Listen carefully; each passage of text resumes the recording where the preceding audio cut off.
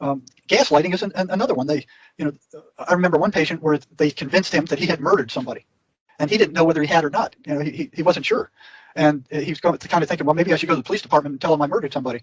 And then he goes, well, what if I didn't murder somebody? Then they're going to lock me up for being crazy. And on the other hand, he goes, well, what if I did murder somebody and the cops are looking for me? So they had him trapped in this catch-22 situation. No matter what he did, he was generating negative emotional energy for them.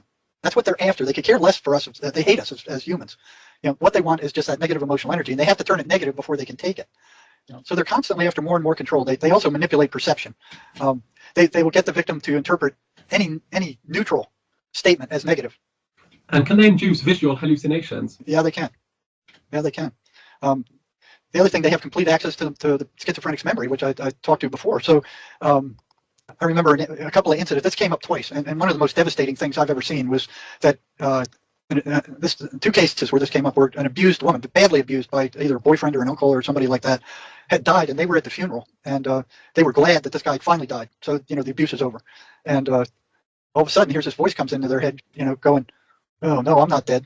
I'm still haunting you. You remember when you did this or we did that?" And that was information that only the victim knew. Nobody else knew that except this voice in their head. And here's the body of the guy that the voice is telling them is now plaguing them from beyond the grave. And it wasn't the spirit of the dead person. It was a voice that moved in and goes, "Oh, here's a prime victim. I can take advantage of this." They also demand that the victim not tell anybody about the voices, because then they'll go, "Oh, you tell anybody about us, then they'll know you're crazy, and you'll get locked up." So one of the point of advice I'd have is for moms and fathers to listen to what their daughters or sons have to say about the voices. The voices don't like to be exposed. That they want everything kept in secret. It's like a child molester. They don't want anybody being told about what they're doing. The voices don't want you doing anything good for yourself. They don't want you to be happy. They will steer the person completely away from anything that makes them feel good, or anything that generates joy or gratitude or appreciation or any kind of positive emotional state. They will try to drive them away from that. Again, they can only siphon negative emotional energy. So when you're just walking around, all of a sudden the negative thought comes into your head. It's them putting it there. It's them feeding that for the negative emotion that they can get out of it. Even one negative thought generates negative emotional energy. And if they can keep that stream going, it gets stronger and stronger until the patient can't break out of it. They short circuit reason. They tell the patient to do stuff that's just totally unreasonable. That they know that's going to get them in trouble. Well, really, thank you for this interview. It's been really, really interesting. They can get Sherry's program from the article section, and there's a contact section there for. I'm still running a small clinical practice, working with people who are really motivated. I only take one person a day at the most, and if they're motivated, I'll work with them. So yeah, the book can be purchased from our website too, at jerrymarzinsky.com, and spelled MARZINSKY.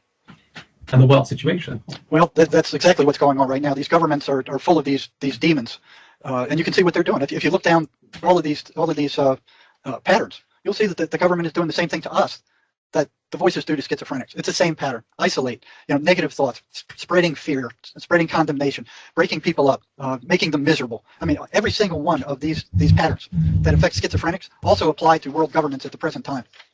So they're eaten up by these things, and people need to realize that these are demonic entities that are driving these people, and they're the ones that are making us miserable.